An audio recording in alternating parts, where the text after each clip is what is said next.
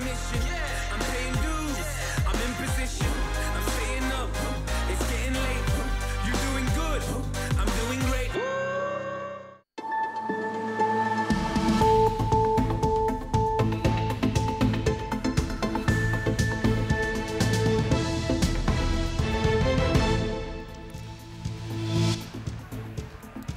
La primera imagen nos llega desde Barcelona, cuarto día de protestas contra la sentencia del Procés. Hoy los CDR han estado más tranquilos, han organizado estas Olimpiadas Republicanas en el Paseo de Gracia. Más tensión se ha vivido en otro lugar de la ciudad condal, en la manifestación de grupos de ultraderecha. Los Mossos han tenido que cargar contra los manifestantes que se encontraban a muy pocos metros de una concentración antifascista. ¿Qué tal, amigos? Buena medianoche. La tensión se adueña de las calles de Cataluña en vísperas de la huelga general de este viernes, con la que los independentistas pretenden paralizar la actividad económica en esa comunidad. Eso en la calle. En el Parlamento catalán, Quim Torra ha anunciado que quiere celebrar otro referéndum de autodeterminación esta legislatura, lo que desconocían tanto su partido como sus socios de Esquerra Republicana, quienes le responden que para ellos no es el momento. Quim Torra reitera su rechazo a los actos violentos en las manifestaciones, aunque los atribuye a agitadores que dice que van a investigar. El presidente de la Generalitat lo ha afirmado en un pleno en el Parlamento de Cataluña, en el que no se han votado resoluciones para evitar consecuencias legales, pero en el que ha anunciado que quiere seguir la senda de Puigdemont ante la sentencia del Procés. Si per posar les urnes per a l'autodeterminació ens condemnen a 100 anys, la resposta és clara. S'hauran de tornar a posar urnes para la autodeterminación. Se ha comprometido con la celebración de otro referéndum y la redacción de una constitución catalana, un anuncio que no ha gustado a su propio partido ni a sus socios de Esquerra Republicana. No es el moment de posar dates. No es el momento de poner fechas, reprochaba Sergi Sabrià. Mucho más dura ha sido la oposición. Es usted un irresponsable y no es digno de ser el presidente de todos los catalanes. Ayer compareció usted, como siempre, tarde y mal, con unas dosis de cinismo insoportables. Dimiteixi, convoqui eleccions. Dimita y convoque elecciones, exigía el socialista Miquel Iceta. Mientras fuera del Parlamento los estudiantes tomaban el mando de las protestas con una huelga muy secundada en las 4 provincias catalanas. Y las 5 marchas independentistas se han aproximado a Barcelona, donde confluyen este viernes en la huelga general. Pues mañana seguro, este viernes, va a ser un día de mucha tensión en Cataluña con esa huelga general convocada por los sindicatos independentistas. Vamos a hablar de la situación en Cataluña con mis tertulianos esta noche. Isabel Gimeno, ¿qué tal? Bienvenida, buenas noches. Hola, buenas noches. A mi izquierda, Pablo Álvarez, ¿qué tal? Bienvenido, buenas noches. Hola, muy buenas noches. Bueno, decía yo al principio, cuarta noche de tensión, no sé si de tanta tensión, es verdad que los Mossos al final han tenido también que cargar esta noche en Barcelona, en especial para evitar enfrentamientos entre grupos de ultraderecha y grupos antifascistas, radicales de izquierda, radicales de derecha, porque habían convocado precisamente una manifestación de unionistas para protestar con todo lo que está ocurriendo últimamente en Cataluña. ¿Cómo estáis viendo toda esta semana? Que no sé si, pensando ya en la huelga del viernes y en el fin de semana, se puede incrementar la tensión. Pues no sé si se puede incrementar o no, pero lo más cierto de lo es que se ha incrementado. Sí, pero lo cierto es que las imágenes que se transmiten y que vemos son lamentables, incalificables, y están haciendo daño a todo lo que, valga la redundancia, a toda la imagen de Cataluña en general, además de un daño a la economía, que no sé cuánto se va a tardar en recuperar. Y también es cierto que no es toda la sociedad catalana, que son unos cuantos, miles, que hacen mucho daño y que sí que es cierto que aprovechan la noche, quizá porque el fuego es más vistoso y les sube la adrenalina, para montar estos altercados que no sé dónde quieren llegar, pero claro, yo creo que el problema también es que ha calado mucho ese mensaje, el que decía Quim Torra, de que les han condenado a 100 años en el total de las penas por sacar unas urnas. Es que el mensaje que ha calado y el que ellos consideran que ha pasado es que por votar están condenados. No se dan cuenta de que hay un delito y hay un código penal, que no seré yo quien diga si ha juzgado bien o mal, porque no soy jurista, igual que me imagino que el 90% de quienes están ahí, para decir si está bien o mal la condena. Las condenas se acatan, te gusten o no. Estas son imágenes del archivo, son imágenes de la noche del miércoles, no son imágenes de esta noche. El problema que hay es que se ha prendido una mecha en Cataluña que difícilmente se va a poder apagar, y lo que tampoco veo razonable es intentar apagarla con gasolina. Creo que ahora mismo la reacción que está habiendo por parte sobre todo de las fuerzas estatales es razonable. No se puede, como piden Rivera o Casado, volver a tomar el control. Creo que las respuestas tienen que ser medidas y sobre todo para no deteriorar, como ocurrió con el referéndum, la imagen también de España de policías cargando contra ciudadanos, que también es la que se vendió.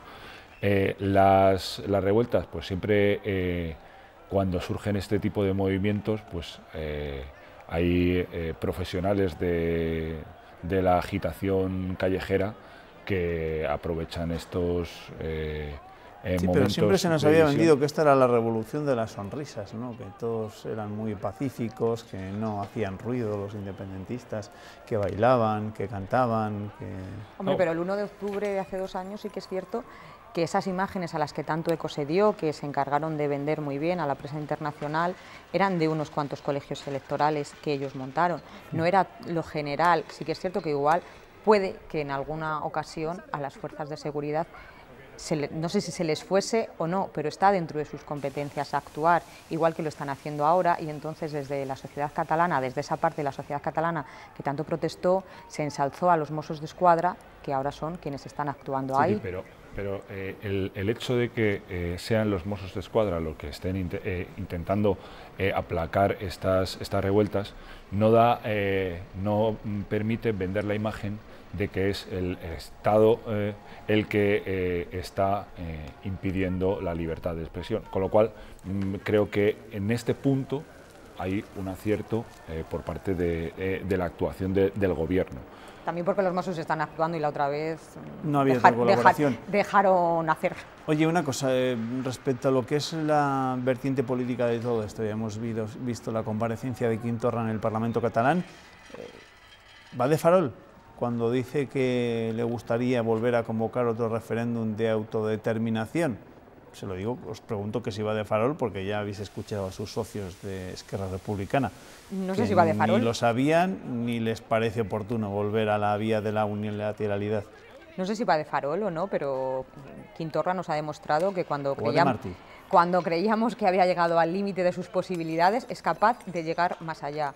Y creo que uno de los principales responsables de las revueltas, esa es mi opinión, de qué están sucediendo estos días, es Quim Torra, que él las ha alentado, y de hecho él salió a cortar una carretera. Sí, sí.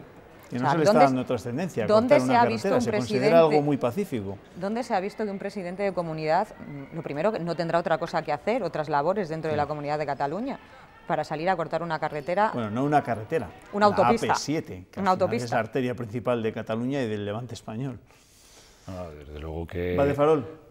Yo creo que es una huida hacia adelante y quemar los puentes en esa huida, con lo cual le da igual todo. Él se considera quemado, tampoco nadie le daba ninguna relevancia, ninguna credibilidad cuando llegó, y la poca que tuviera la ha ido perdiendo con su forma de hacer. Bueno, es una marioneta de Puigdemont y de otros líderes, pues que está ahí y da la cara, pero vamos, que no tiene ninguna personalidad y sobre todo ningún sentido común a la hora de tratar de parar esto que está en su mano. Decía yo que tiene pendiente un juicio en el Tribunal Superior de Justicia de Cataluña por desobediencia, por no retirar, cuando se le dijo por parte de la Junta Electoral Central, los lazos que colgaban del Palacio de la Generalitat, un juicio que, de ser condenado, conlleva penas de inhabilitación, sin ir a más, pero puede ser ese, si al final se produce tal sentencia, el fin de la carrera política de Quim Torra. Con las de anoche, ya son casi un centenar las detenciones en Cataluña durante estos días y 4 personas están en prisión provisional. El número de agentes heridos es de 194. Tras su comparecencia de ayer, hoy Pedro Sánchez ha presidido la comisión de seguimiento puesta en marcha por el Gobierno. Tras ella, el ministro del Interior ha insistido en que el Ejecutivo, si es necesario, actuará de forma firme y ponderada. Además, ha cargado contra Quim Torra, algo que también ha hecho desde Bruselas Pablo Casado. Un presidente de una comunidad autónoma, de un gobierno, al menos debe de forma categórica expresar la condena de la violencia y, en segundo lugar, mostrar su compromiso y su solidaridad con los agentes de la autoridad. Pensamos que está intentando la reincidencia en el golpe a la legalidad y, por tanto, creemos que el Estado de Derecho tiene que ser firme en su respuesta antes de que la situación se complique más. La Junta de Castilla y León reclama a Pedro Sánchez que tome medidas y asegure el cumplimiento de la ley y la Constitución. Francisco Egea asegura que la situación en Cataluña y la actitud de Quim Torra son incomprensibles. Estoy pidiendo que el presidente de la comunidad se someta a la ley y si para ello es necesario aplicar el artículo 155, habrá de serlo. El Consejo de Gobierno, seguimos hablando de cosas de aquí, ha dado el visto bueno al nuevo Código Ético y de Austeridad de los altos cargos de la Junta de Castilla y León. Entre las novedades, la prohibición de recibir regalos, comidas o invitaciones a espectáculos. El Gobierno regional amplía su Código Ético y de Austeridad y obliga a todos los altos cargos a dar a conocer su agenda, la que tenga convocatoria para los medios y la que no. Se plantea una posible excepción, en algún caso que pensemos que por alguna razón la comunicación de una reunión puede producir un perjuicio a la comunidad, pero en ese caso tendrá que contar con el consentimiento de toda la Junta de Gobierno. Todas las reuniones serán públicas y ningún alto cargo podrá aceptar invitaciones. Los regalos están prohibidos y si no se pueden rechazar se quedarán en la consejería. Deberán de renunciar a todas las invitaciones, comidas o entradas de cualquier tipo de espectáculo, acontecimiento deportivo, lúdico o cultural, exceptuadas aquellas en las que se vaya en representación institucional. Además, se han iniciado los trámites para una nueva ley de transparencia que tendrá régimen sancionador y se extenderá a las Cortes, entidades locales, universidades, fundaciones. IGEA ha informado además de la mayor convocatoria para atención primaria, 710 plazas para 1.500 aspirantes. Bueno, es muy fácil después de aprobar la selectividad, superar el numerus clausus, hacer 6 años de carrera y aprobar el MIR. Le aseguro que es cualquier cosa menos fácil. Lo que sí tendrán son más posibilidades de aprobar. Será el próximo 17 de noviembre. Hay que estudiar mucho, Pablo. Sí. Hay que estudiar mucho para poder acceder y tener opción de acudir a una convocatoria como esa, porque evidentemente lleva razón. Pero no solo para los médicos. Bueno, pero los estudios de medicina son especialmente largos, hasta que consigues una titulación y consigues empezar a trabajar. Hay miembros en el Consejo de Gobierno que también estuvieron bastante tiempo para sacarse alguna otra carrera. Bueno, aquí, si hablamos de... Por muy listo que seas, tienes que cumplir una serie de plazos y esos plazos son bastante alargados. ¿Qué os parece? Ni regalos ni entradas por la cara para los altos cargos de la Junta de Castilla y León. Me parece que es una normativa de cara a la galería, porque luego ¿quién se encarga de su control? No se encarga nadie. Y puestos a regular, como han hablado de regular la agenda y que sea pública, pues también las llamadas que realizan y las que reciben y otra serie de... y que les pongan un GPS también a cada uno de los miembros de los altos cargos para saber dónde están en todo momento. A ver, creo en la responsabilidad, creo en que se hace un uso justo de los servicios que tienen a su disposición. No conozco abusos en los años que he estado viendo y siguiendo la política muy de cerca. Se hacen unos usos bastante racionales. Luego que también... es que estas entradas me las han regalado mis hijos por el cumpleaños, tampoco las puedo admitir. Me refiero, son normativas. Que es que al final se está regulando de cara a la galería, que luego nadie lo va a controlar y que no es donde está la mayor preocupación de los ciudadanos. Te quiero decir y ya había una ley bastante restrictiva. ¿Qué queremos? Aparentar que vamos más allá. Bueno, pues ya les he dado un par de ejemplos más donde pueden insistir. Y saber que se está en una rueda de prensa, regalos por San Valentín y en cumpleaños sí que valen, ¿no? Hombre, si son personales, sí. Si son personales, sí. Pero ha dicho, por ejemplo, que si son de una ONG, por ejemplo, que van allí y les hacen un regalo, aunque sea un detalle, por cortesía lo cogen, pero luego eso se deposita en la consejería, lo que no sé si van a hacer un museo de trastos como pongos, que se dicen en casa, para ponerlo. No sé, yo creo que hay que medir y saber hasta dónde se llega. No es lo mismo un regalo, que te regalen un libro a un ayuntamiento que vayas, que me parece que es una cortesía, un detalle y hasta saberlo bien, a un coche. Pues creo que hay que saber medir y saber diferenciar, y está muy bien que se apele y se abogue y se mida, se controle la austeridad, la eficacia, la eficiencia, pero de ahí a que una de las primeras medidas o grandes medidas anunciadas y que se vaya a llevar a las Cortes sea esta ley, no sé si es, como decía Pablo, lo que más preocupa a los ciudadanos.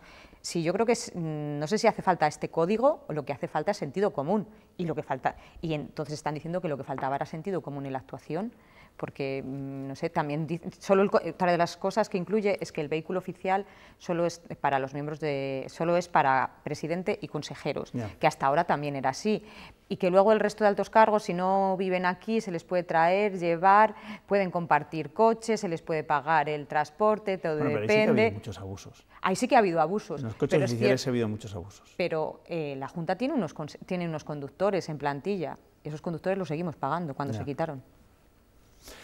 Bueno, pues es verdad que este tipo de temas pues igual llaman mucho la atención y igual tampoco son demasiado trascendentes, ¿no? Pero en fin, a ver cómo evoluciona, porque es verdad que estos asuntos dan bastante vidilla, ¿no? Y dan muchos chascarrillos.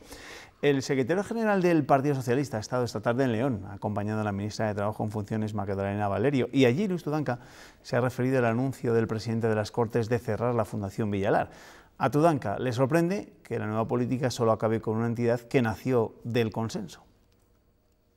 La única fundación que quiera quitar esta nueva política, estos regeneradores, sea aquella en la que no pueden seguir colocando a los suyos. Es también dinamización cultural, es protección del patrimonio y de la cultura de toda Castilla y León, de León y de Castilla, y debería haber funcionado mejor, de forma mucho más transparente.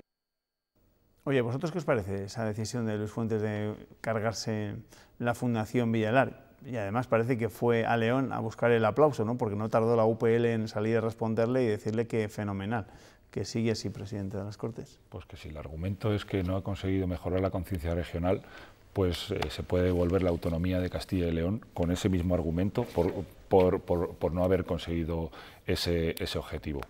Creo que la Fundación Villalar realizaba o está realizando hasta ahora una labor muy difícil y muy poco agradecida, que es intentar unir pues, el mínimo común denominador ese que necesitan todos los castellanos y leoneses para tener la sensación de pertenecer a un proyecto común. Creo que es necesario mucho más y que es necesario más, no sé si es la fundación, pero más trabajo en esa línea, venga de donde venga, si es de una fundación o desde el propio gobierno o desde las Cortes, pero en esa labor creo que hay que seguir trabajando y mucho. Hombre, el argumento que dijo Luis Fuentes de que no había cumplido el objetivo, como dice Pablo, es un poco insostenible, porque también hay otra serie de instituciones que no pueden no haber cumplido su objetivo y no se están disolviendo, eliminando ni nada por el estilo. Sí que es cierto que Ciudadanos desde un principio dijo que entre sus objetivos prioritarios estaba la eliminación de entes, fundaciones y tal, sin haber analizado ni entrado a analizar si funcionaban, no funcionaban. Y ahí fijó su objetivo en la Fundación Villalar, porque no sé si tiene nombre, no tiene nombre, más conocido, menos, y no es la única que se quiere cargar, como dice Luis Tudanca, sino todas. Y lo del sentimiento de comunidad, pues sí, hay mucho que mejorar, pero no sé si cargarse la Fundación, que estaba haciendo algo, va en ese camino. Bueno, pues voy a leer ya, antes de terminar el tiempo de tertulia, los titulares más destacados de la prensa regional, algunos de los temas que nos han llegado esta noche a la mesa de redacción, y empezamos con el diario La Razón y esa noticia anunciada en esa comparecencia de Francisco Egea tras el Consejo de Gobierno. Los altos cargos deberán hacer pública su agenda y rechazar cualquier regalo. ABC. El verano y los pacientes ocultos incluidos ahora disparan la lista de espera quirúrgica, más de 27.200 personas pendientes de operación, casi un 23% más que en junio. El Mundo Diario de Valladolid nos trae esta información. Nissan baraja traer a Castilla y León el Yuke y el Qashqai con 3.000 empleos por el Brexit. Veremos cómo termina el Brexit definitivamente. El norte de Castilla, su titular principal, hace referencia a ese acuerdo. La Unión Europea y Londres pactan un Brexit sin un apoyo claro del Parlamento británico. El Diario de León también hace referencia a noticias que llegan de la Unión Europea, porque dice que la Unión Europea no reconoce el derecho a ser fijos de 3.500 interinos. El Diario de Ávila, un rejonazo para los contribuyentes abulenses. Aprobada la subida del impuesto de bienes inmuebles en el Pleno Municipal celebrado este jueves, y el Diario Palentino, su titular principal, nos cuenta que la provincia recibe 3.093 trabajadores más de los que salen en busca de un empleo. Palencia y Sora son las únicas de Castilla y León en las que llegó un mayor número de operarios que el de los que emigraron para buscarse un futuro. Y hasta el próximo futuro, hasta un próximo día, voy a despedir a mis tertulianos de esta noche. Isabel. Buenas noches. Que te vaya bien. Pablo, hasta otra, ¿eh? Hasta la próxima. Hasta la próxima. Nos vamos a ir a Europa porque Europa parece que coge aire, al menos de momento, tras ese acuerdo de última hora con el Reino Unido, aunque aún falta la prueba decisiva, la del Parlamento británico. Será este sábado cuando diga si acepta o no lo pactado hoy, y en principio Boris Johnson sigue sin tener la mayoría asegurada. A la espera de lo que ocurra, por ahora se aleja la idea de un Brexit caótico. Sus caras y sus gestos lo dicen todo. Tras meses de tensión, Europa y Londres han vuelto a cerrar un acuerdo del Brexit, y eso significa que la salida del Reino Unido de la Unión Europea en la noche del 31 de octubre al 1 de noviembre podría no ser caótica. Este acuerdo significa que no es necesaria ninguna prórroga. Respecto al anterior y fracasado acuerdo, el que acabó con el gobierno de Theresa May, este mantiene los derechos de los ciudadanos europeos en el Reino Unido y también las cuentas pactadas por abandonar el club europeo. La novedad está en Irlanda, donde se evita la llamada frontera dura y se deja que las autoridades británicas controlen las aduanas, pero con supervisión comunitaria. El resultado es razonable, justo y refleja el gran trabajo llevado a cabo. El primer ministro irlandés habla de buen acuerdo. Es un acuerdo justo y equilibrado. Y la canciller alemana destaca lo pactado en una situación, recuerda, muy difícil, mientras el presidente francés habla de cautela. Y es que ahora la pelota vuelve al Parlamento británico. Este sábado tendrá que votar este acuerdo y ahora mismo Boris Johnson no tiene asegurada la mayoría. Aunque aún hay tiempo para negociar allí, la idea de otra prórroga no se descarta por completo. Con nuestro invitado de esta noche no habíamos quedado para hablar del Brexit, pero Francisco Sosa Wagner, además de catedrático de Derecho Administrativo, ha sido eurodiputado de UPyD y nos espera en nuestra delegación en León. Don Francisco, ¿qué tal? Bienvenido, buenas noches. Hola, muy buenas noches, encantado de saludarle. ¿Qué tal? Muy bien, aquí estamos, pendientes de cómo termina todo esto del acuerdo entre la Unión Europea y el Reino Unido, que yo no sé si usted piensa que todo va a terminar mal o va a terminar a las bravas el 31 de octubre. Bueno, yo no he visto todavía los detalles del acuerdo porque tampoco me parece que se han hecho públicos. Una cosa que puede llevar a la esperanza es que el líder laborista ha dicho que le parece mal, y todo lo que le parezca mal al líder laborista británico pues será bueno, digo yo, para aquella isla, porque un señor más disparatado en todo el proceso de la salida de esto que él no ha habido, y mire usted que ha habido personajes disparatados en ese proceso, ¿no? Pero yo lo que creo, dicha aparte de esta ironía que utilizo aquí, es que bueno, se ha llegado a un acuerdo muy complejo, ¿no?, de la utilización del mar, precisamente para hacer allí las transacciones, etcétera. Ya digo que todavía el acuerdo no está hecho público en su integridad, y sobre todo ahora está pendiente todavía de que el Parlamento británico lo respalde, ¿eh? Por lo que he leído esta tarde, tampoco está claro que el Parlamento británico lo vaya a respaldar, ¿eh? O sea que vamos a ver. De todas maneras, las noticias desde Bruselas son en fin, muy satisfactorias para la Unión Europea. que a mí, cosa que a mí me sorprende, porque, hombre, que se marche un país de la Unión Europea no me parece que sea para estar muy contento, ¿no? Por eso le quería preguntar. Si lo han arreglado... Más allá de cómo termine todo esto, más allá de cómo termine todo esto, al final, ¿qué va a ser de Europa después del Brexit? Pues muy mal, muy mal, porque además se ha sentado un precedente y esto puede dar lugar a otras salidas. De momento ese problema parece que no se ha planteado, ¿no?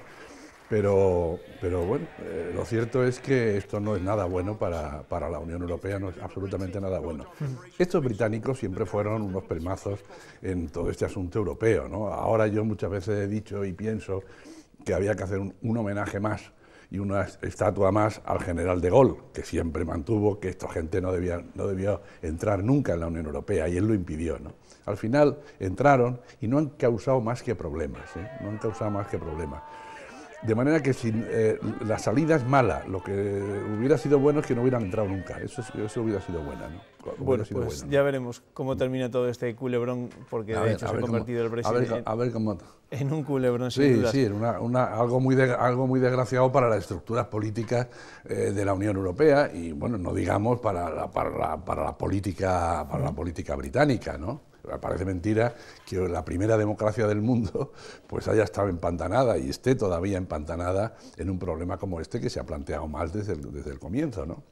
Vamos con un asunto también bastante desagradable, porque habíamos quedado con usted para analizar la actualidad política en nuestro país, que está como está. ¿Cómo ve la situación en Cataluña? Un poco alteradilla, sí. Muy alteradilla. Hombre, yo la veo muy mal, ¿sabe usted? Yo la veo muy mal porque esto no tiene posibilidad de ser explicado a nadie. Que el presidente de la comunidad autónoma, que usted sabe que nuestra Constitución dice que es el representante del Estado allí en el territorio de Cataluña, esté encabezando manifestaciones, que hoy haya pedido otra vez en el Parlamento catalán, haya pedido una nueva consulta y ha reivindicado el derecho de autodeterminación, esto no tiene nombre, ¿sabe usted? Esto no tiene nombre y alguien tendrá que dar algún puñetazo en la mesa alguna vez, ¿no? Porque no se puede admitir tanta deslealtad, ¿no? Yo lo que creo es, si me permite, resumidamente es lo siguiente. Este hombre ha dicho hoy en el Parlamento que no va a haber elecciones en Cataluña, que él no va a disolver el Parlamento y que no va a haber elecciones en Cataluña. Bien, eso es un problema, responderá a los enjuagues que él tenga allí, yo no lo sé. Lo que sí sabemos es que el día 10 de noviembre va a haber elecciones en Cataluña porque va a haber elecciones en toda España, ¿no? Entonces vamos a ver allí, en esas elecciones, el día 10 de noviembre, si los partidos separatistas, es decir, Podemos, los que proceden de Convergencia, los republicanos, etcétera, si todos estos componen una población del 65% más o menos del actualmente votante, ¿no? Si eso fuera así, si llegaran al 65%, entonces España tenía un problema serio y ya podía ir empezando en facilitar la salida de esta gente del territorio español. Naturalmente, previo finiquito, pagándonos lo que deben, Ahora bien, digo y añado, si eso no se produce, es decir, si esos partidos no tienen un respaldo que por lo menos tenga el 65%, entonces hay que ir a suspender la autonomía de Cataluña. Pero de manera absolutamente rotunda, aplicando el artículo 155, pero aplicándolo de manera seria, y hacer en aplicación de ese artículo justo lo contrario de lo que ha hecho el Partido Popular y el PSOE durante los últimos 40 años. Pero justo lo contrario. Sabemos perfectamente... Dígame. No, que por lo que hemos escuchado últimamente a los líderes nacionales no parece que estén demasiado por la labor de ir por ese camino, precisamente. Se lo reclaman, es verdad, más desde el PP y de Ciudadanos. Yo estoy contando lo que es mi versión del asunto. Si no se llega esa burla constante de los dirigentes catalanes, que estamos hablando de los responsables políticos, esa burla constante, el permitir, como se está permitiendo ahora, las manifestaciones callejeras y todas estas cosas, esto no se puede admitir en un Estado de Derecho. Por eso digo que si no se llega a ese porcentaje de población votante ahora con motivo de las elecciones del 10 de noviembre, hay que ir a suspender la autonomía de Cataluña. Hace un momento hablábamos del Reino Unido. la Asamblea de Belfast estuvo suspendida, la Asamblea Parlamentaria, estuvo suspendida durante años y años, no pasó nada. Hay que suspender la autonomía de Cataluña y aplicar la política. Tenemos digamos, una partitura, que es lo que hicieron el Partido Popular y el PSOE durante los últimos 40 años. Bueno, pues vamos a hacer ahora, durante por lo menos 15 o 20, justo lo contrario. A ver si eso funciona. Desde luego no ha funcionado la política del Partido Popular y del PSOE durante los últimos 40 años, eso no ha funcionado. Eso está claro que no ha funcionado. Y así, aquí lo tenemos ahora. Hoy ha circulado por las redes y por estas cosas que mandan de los mensajes y tal y cual, una entrevista que el año 2007 o el año 2008 le hace Pedro J. Ramírez a José Luis Rodríguez Zapatero. Y le pregunta a Pedro J. Ramírez a José Luis Rodríguez Zapatero: oiga, ¿usted se sentirá desautorizado si dentro de 10 años o 12 años Cataluña está pidiendo la salida de España? Y José Luis Rodríguez Zapatero le dice: no se preocupe porque eso no va a ocurrir. Dentro de 10 o 12 años Cataluña estará mucho más integrada en el espacio español que lo está en estos momentos. Y usted y yo lo vamos a ver, y usted y yo nos vamos a contentar mucho y alegrar mucho de que esto sea así. Bueno, el mayor disparate del mundo. La política que se ha hecho con Cataluña es un disparate absolutamente, y esto lo estamos viendo ahora. Por tanto, tenemos una partitura. La partitura es hacer lo contrario. Pero hay que ir... Una cosa, usted antes reclamaba que alguien dé de una vez por todas un puñetazo en la mesa. ¿Dio el Supremo un puñetazo en la mesa con la sentencia del juicio del Procés, o a usted qué le pareció? ¿Era esto lo que vimos el 1 de octubre y posteriormente era sedición, era rebelión? Bueno, yo en ese problema de la sedición y la rebelión no entro porque yo no soy un especialista en derecho penal y por tanto no tengo ninguna autoridad sobre este asunto, ¿no? A mí me parece que cuando los magistrados han llegado a la conclusión de que es una sedición, pues será una sedición. Ahora bien, también es verdad que la rebelión se podía haber aceptado en términos de tentativa, porque claro, la rebelión consumada, si hubiera habido una rebelión consumada, no hubieran sido procesados estos señores, estarían en otra